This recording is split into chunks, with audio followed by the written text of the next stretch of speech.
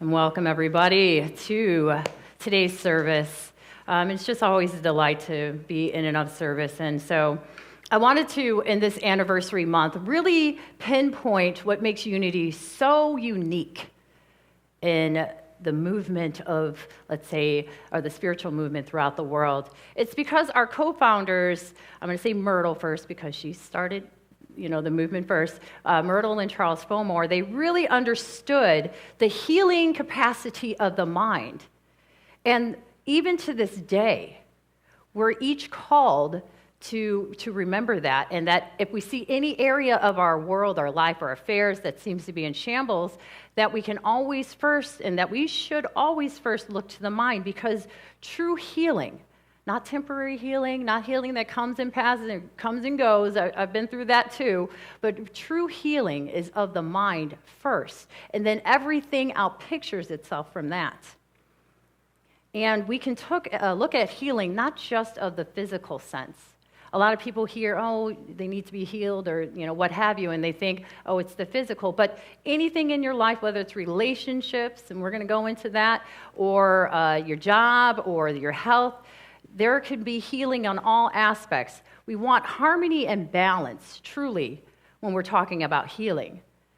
And when we dive deep into this, we're going to remember as members, and you would think as members and as ministers of this New Thought movement, that we had our act together. I mean, at times, you'll have a preacher, including myself, y'all, I don't take myself out of that equation, come up here and let you know the biggest, thing out there, and let's go forth together and do it. And we may get some mixed results. So when we're looking at this healing aspect of our movement, we're looking for more consistent results. And there are many traps along the way during this healing process. We would think that it's simple, just follow the teachings of Jesus and we're going to be well on our way, but it's not that simple. It's not that easy, because life tends to pop up in ways that we just don't expect it, doesn't it? Sometimes you're just going about your day, and suddenly a phone call comes in, cancel. And we're suddenly met with a new hurdle or some type of thing that we have to overcome or figure out and what have you. And last time I was here, I think it was August 15th or so, little did I know, just that day, I was talking about God's will versus my will. I was going to have to put everything that I preached about into practice. And of course, I thought I was practicing it, but the fruits that I produced were a little bit different. We'll talk about that. And so there are many, like I said, many traps along the way. And the unhealed, and all it is this unhealed mind. And first we look at the individual, the unhealed mind. And many people might say, oh, no, I got my stuff together. Well, just look around you. And if you are not at peace always and in all ways, then there's still work to do. If you're not walking on water and raising the dead and doing all these miraculous things, there's still work to be done in this lifetime, in this world. And the unhealed mind outpictures its beliefs onto the canvas of the world.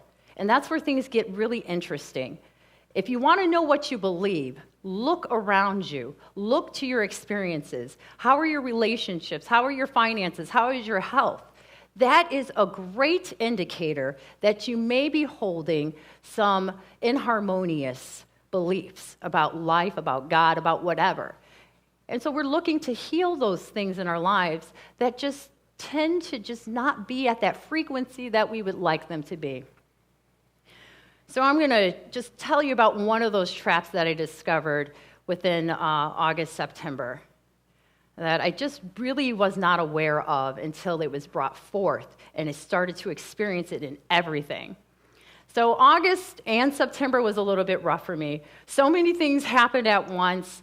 I caught COVID. I lost my house that I was supposed to, that I moved out of, that was supposed to be renovated. I was supposed to move back into it. 3 days before I was moving into it, suddenly my landlord called and said, no, I have to give it to a family member who's going through some things. So and then I had a relationship just kind of crumble. Everything. I mean, within 7 days. Oh, and then my daughter was admitted to the hospital for 3 days during that time. And I was, they say God never gives you, that overload or something that you can't handle. And I would like to say that I don't believe God created that for me. I believe that over the past months or so, I was entertaining in my mind, maybe a little bit too much news, maybe too many stories. I might have been hanging out with the wrong crowd. I was allowing my subconscious mind to be impressed upon with things that were not of my highest good. And it's all food. If you think about your thoughts, if you think about the company that you entertain, everything is being ingested into your experience. It has to go somewhere. And it has to return back to its source. It will project itself again into your experience. And that's where I am just like, you know what? I'm actually happy that all of these things happened to me because I feel like there was obvious healing that needed to be had. This was the prime opportunity to take it. But I also almost didn't because I didn't realize I wanted to blame everything out there. Yes, even as, a New Thought minister, even through training and reading and praying, some part of the mind still wants to blame something in the outer instead of taking accountability and learning that it rests on what my consciousness is like. Because I'm never the victim of anything or anyone out there. And I said this before in a previous sermon, but there's a saying that says, we have seen the enemy, and it is ourselves. And we can call that, the adversary, enemy thoughts, or what have you. And because life is a mirror, because within 1 week or so, everything was springing up forth, everything that you could think of, I realized that something was being shown to me and something wanted to be released. And we read in Matthew 7:15 through 20, it says, "Beware of false prophets who come to you in sheep's clothing, but inwardly they are ravenous wolves. You will know them by their fruits. Do men gather grapes from thorn bushes or figs from thistles? Even so, every good tree bears good fruit, and a bad tree bears bad fruit. A good tree cannot bear bad fruit, and a bad tree cannot bear good fruit. Every tree that is not bearing good fruit is cut down and thrown into the fire. Therefore, by their fruits you will know them." And in the Metaphysical Bible Dictionary, it explains that passage a little bit more. We don't have to worry about somebody showing up in sheep's clothing that's really wolves. It's really talking about our thoughts. And so it breaks it down like this. So when it says, "By their fruits you shall know them," it means constructive spiritual thoughts always yield a bountiful harvest of good. Therefore, the motive back of every thought should be watched prayerfully. Under the analysis of truth, all deception is brought into the light, and the fact that the fruit is error reveals the motive to be error. The tree, or the motive, should be cut down and cast into the fire or denied. And metaphysically, the trees represent this nerve center within us, and nerves are expressions of thoughts of unity or inharmonious thoughts as well, so it can go either way, and they connect the thought centers. In Flannery O'Connor's book entitled "Everything That Rises Must Converge," I was on a plane, and suddenly, when I was headed back here from a trip that I'll tell you about, suddenly not the actual storyline, but that phrase of the book, or the book title, just caught my attention because she actually got it from a priest paleontologist. She got the idea of that book, which the author says, "I gradually realized they said the book argues that the goal is not to really look at the self, but to look at the ego in correlation with the divine. Are we always in alignment with God? And if not, everything is going to have to return to its source. Things are going to come up in our experience. Day by day, we have things, whether they're small, whether they're huge, but things do come up, And they're they're rising within us to be healed. Before we take it to the source, before it enters into that, let's say, collective consciousness, we have the opportunity to heal it and not burden the rest of the world with it, with our actions or our attacks with one another. And we're really being called, especially during the time of COVID or whatever they say is going on in the world with the economic status or what have you, that we're really being called to journey deep within ourselves and to see which we're going to take as our truth and what we're going to release. In the revealing word, it says all healing is based on mental cleansing. And when the mind is free from error thoughts, harmony in the body, harmony in the affairs of life ensues. Permanent healing is never accomplished until the mental cause of the disease, the error thought, is removed. And healing medical and spiritual, it also goes on to say that permanent healing is never gained through medication or drug curing. Spiritual healing restores to perpetual health because it erases the error thought and cleanses the mind. Though your sins be as scarlet, they shall be as white as snow. And that's from Isaiah 1:18. So I'm, first of all, landing after a month gone from Oahu because I had COVID. I didn't have a place to live, or just healed from COVID. And I knew that I needed a break. Everything was coming down so quickly that I knew I needed to extract myself, even though everything's happening within. But I needed to extract myself just to figure life out, just to be, sometimes Jesus had to go to the top of the mountain and be by himself because the world down here can get kind of chaotic. And so when we're up in that highest place of consciousness, that's where we can commune without many interruptions with our one source. We can do it always in the middle of things, and hopefully we can get to that point. But until I could get to that point, I needed to leave and really regroup. So when I started this path 8 years ago, I felt like I was in the wilderness. I felt like I just was so scared of the future. I didn't know what was going to happen to me next. I had this feeling that only good could happen, but I wasn't paying attention to that feeling too much. And it reminded me of the journey that Moses had with the children of Israel. Do you know that story? How he led them through the wilderness for 40 years? But they were at first unwilling to step forward into the unknown. And I saw this. So this happened 8 years ago where I was just not really sure of my next step. I was living in Europe. I was doing things out there. But then I had a call to be here. And I didn't know what to expect. It was something completely brand new for me. It was going to be a new course of action that I had never walked upon. And that's scary. So this is the trap that I realize now.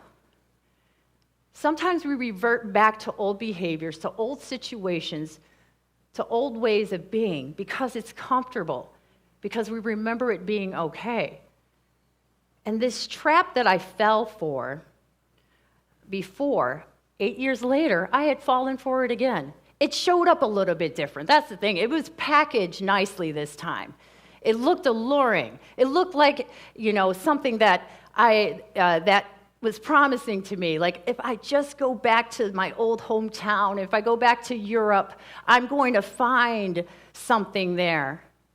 I'm going to remember how things were. I'll be happier somewhere else for a little bit of time. But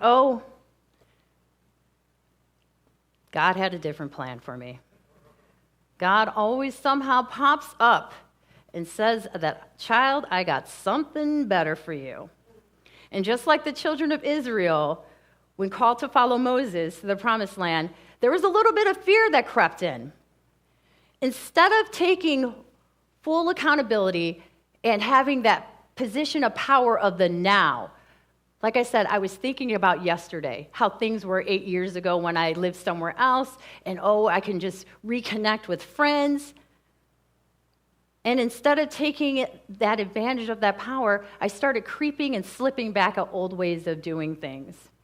So my travels, I left here, it felt broken, and I felt like my healing was going to occur somewhere out there. And I journeyed back to all my favorite spots. I felt like I was in the wilderness, though.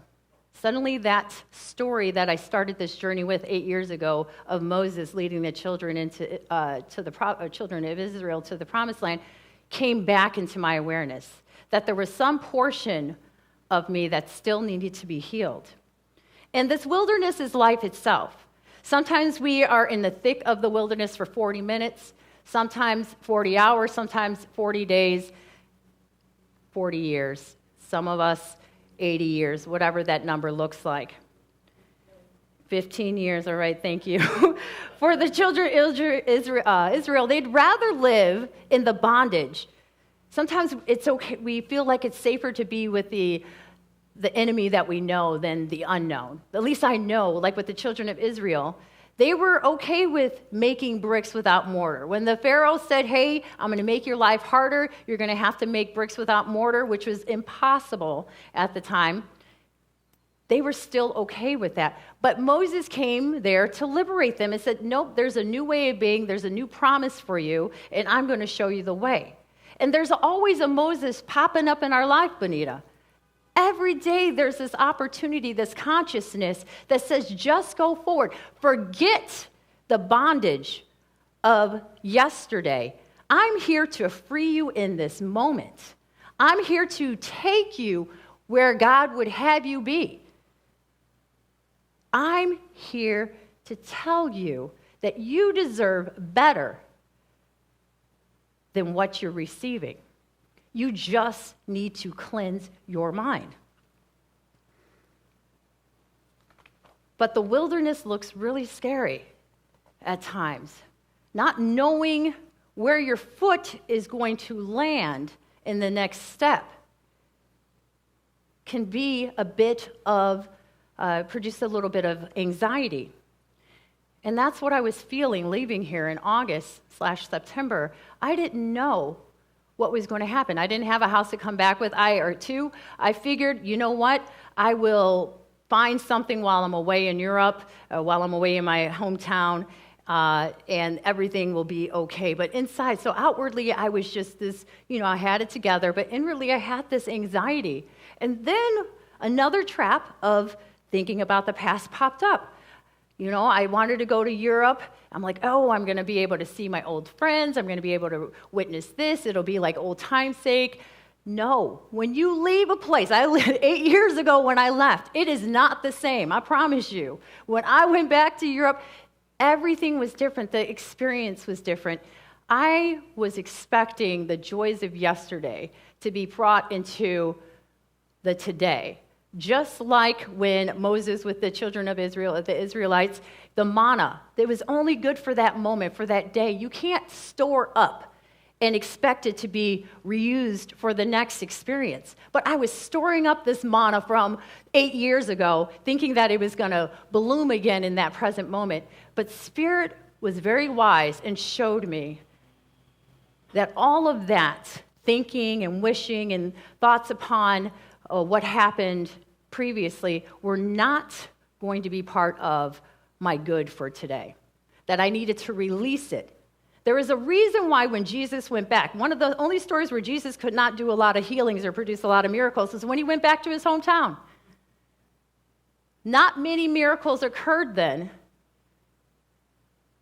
When we go back, we're time traveling. How many of you are time travelers? I'm not, I try not to be a time traveler. People are probably time travelers. I'm trying to reduce my time travel into the past. I'm trying to be present here now. But all I would think about during my travels, or all I could, was about yesterday, how, I was upset with the landlord because I should have had that house and I had plans for it. God says that my thoughts are not your thoughts. My thoughts are higher than yours. There was something else being built for me, but I had to be willing to receive it, willing to let go of what I thought things should have been, or the blessings of yesterday, the successes, the failures, all of it. It was all useless to me now. I was digging myself more into the trap because, like I said, I was thinking about things that happened previously, how I used to have a 6-bedroom house here and did this and how my hometown was so much fun before. Look, every place I went during those 30 days, every previous spot that used to be my spot, suddenly was not anything that I needed for my future. And it was disappointing. And in beginning this healing journey, I started to realize these traps would pop up. People would call me and say, remember when this happened? Or remember, yeah, I remember that, but I don't want to go back to that anymore. There seems to be, if I keep on holding on to a previous idea of something, that I only cause myself more misery, that it never turns out the way that it was. It's almost like going to your favorite vacation spot. The first time probably was the best time. I know in the military, I always think, oh, I would love to go back to Turkey. Guess what? The same people wouldn't be there. What makes something so enjoyable in the moment is because all of that energy, all of the people, everything around that, and you and your consciousness were that in that moment. If you try to regain that through your thoughts, through going back to some place, you're only going to find a bit of disappointment. We're called to release, like the children of Israel did 40 years later, in order to get to our promised land. They say that most illnesses, if not all, it depends on which book of Charles Fillmore you read, so I'm just going to go with the all, I'm just going to make it all inclusive, are illnesses of the mind, are inharmonious thoughts of the mind. And when I start to see my fruits bearing things that I don't really want to ingest, things that I'd rather kind of pick off and burn, then I know that I've been either my previous thoughts have been entertaining things that are not of my highest good. We are called to be ye transformed by the renewing of our mind in Romans 12:2. Paul was very specific about that. We are to wake up every day releasing what happened yesterday and moving forward in this now moment. And it took me about 30-something days to realize what was happening in my life. That I had some preoccupation with the past, preoccupation with the way things were. And that was keeping me in bondage. It was keeping me tied to the same results. So I flew back in after a month of being gone. No prospect of a house, feeling a bit better with my health, and realizing that I didn't want to fall for any more traps. That I wanted to be present right here, right now. That I didn't want to have any concerns about the future. I don't want to have any regrets or any yearnings for the past. What had brought me to this state of disarray was because I kept on bemoaning my lot, bemoaning what was happening to me, and not just saying, my point of power is right here, right now. Let me move forward on a new path. Relationships, too, during this time. So not only the health with COVID and the housing, my relationships were kind of falling apart. Suddenly, I realized that I was a person's second choice, that I was second best in their life. And I don't know about you, but I don't ever want to be second to anything. I love myself enough to always be first. And if in the relationships I have, I fall short with them, first of all, I'm going to look at me and see what I'm valuing about myself, because they're just the mirror, and then correct it. So I had to cut some very close ties, because if they didn't choose me to begin with, if I was always being put off, then guess what? I didn't want to, that doesn't need to be in my life. I only want the best. I never want to be a second in somebody's life. And that was probably one of the hardest things I had to come to terms with, was how I felt about myself and what was I willing to accept. Was I willing to accept in this relationship a belief, a previous belief that I might have had about myself? Because it's coming up for me. That was the fruits that was producing. So I'm not going to really blame that person out there. But what I can do is acknowledge it within me and decide whether that belief is still true for me. Ultimately, it wasn't. So I released it. And now I'm starting all over again. When I arrived 3 weeks ago, I didn't have a chance of a house. Even last week, Sunday, I was just staying with friends. And Monday morning, I woke up. I had a feeling that, and I had been telling people for maybe a week or so, that October 15th was going to be a big day for me. I didn't know why. But I hadn't found anything out there. It looks, just the housing market, take a look for yourself. It's not, the greatest, but I know who is great. That's that spirit within. That is that God within.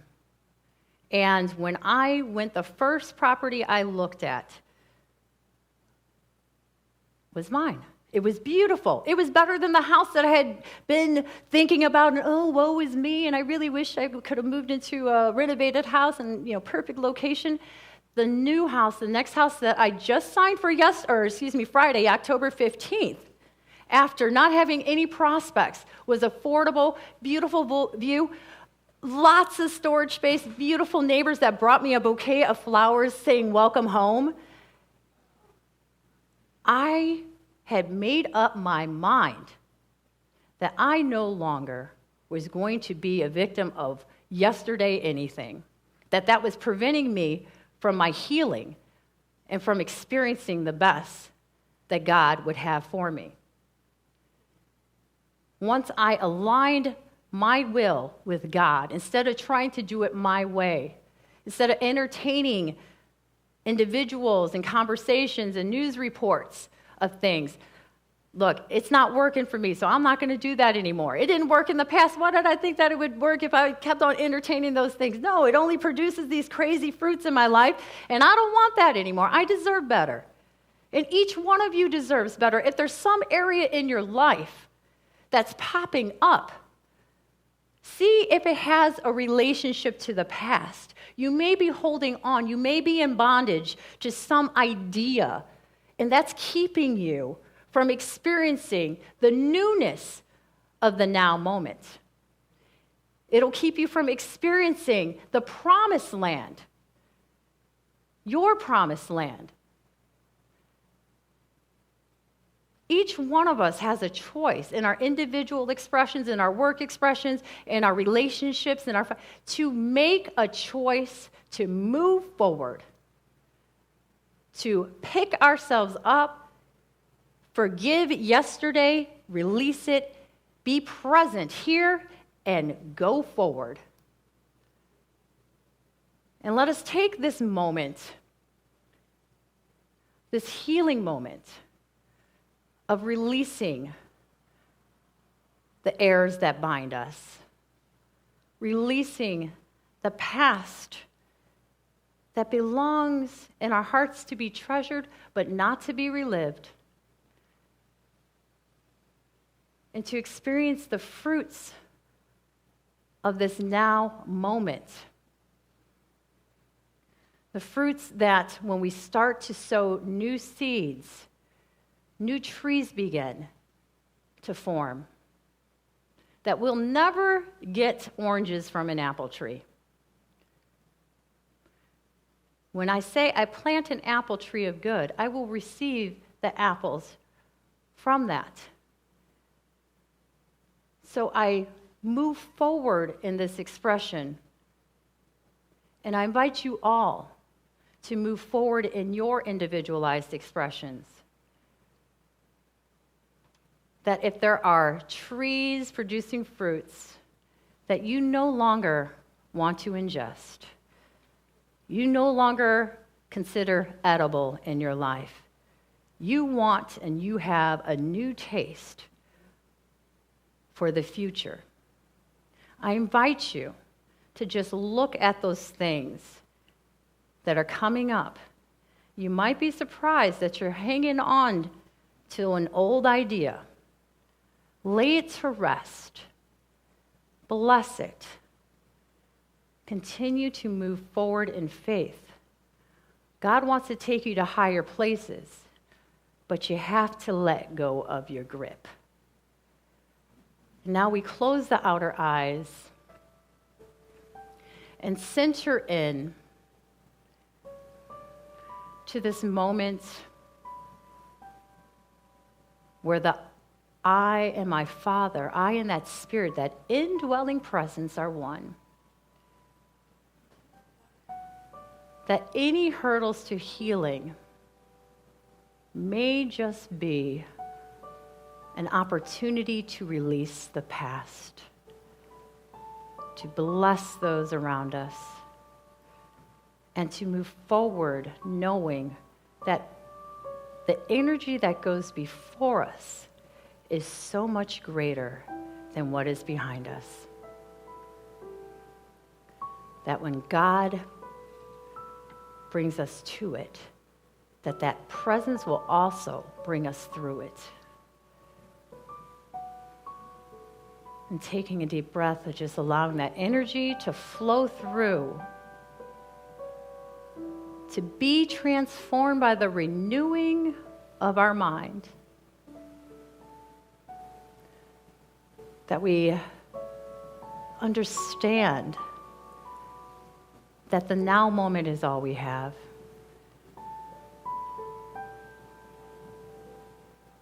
Bringing our full attention to the breath and allowing it to just circulate and to release any fruits that no longer serve us, any ideas that do not contribute to a better now and therefore a better future. Any inharmonious ideas of yesterday. You are free because the Christ within has set you free. Allow yesterday to remain where it's at. Allow tomorrow to remain in the future. And using the mind right here, right now, be present with yourself. Be present with that release.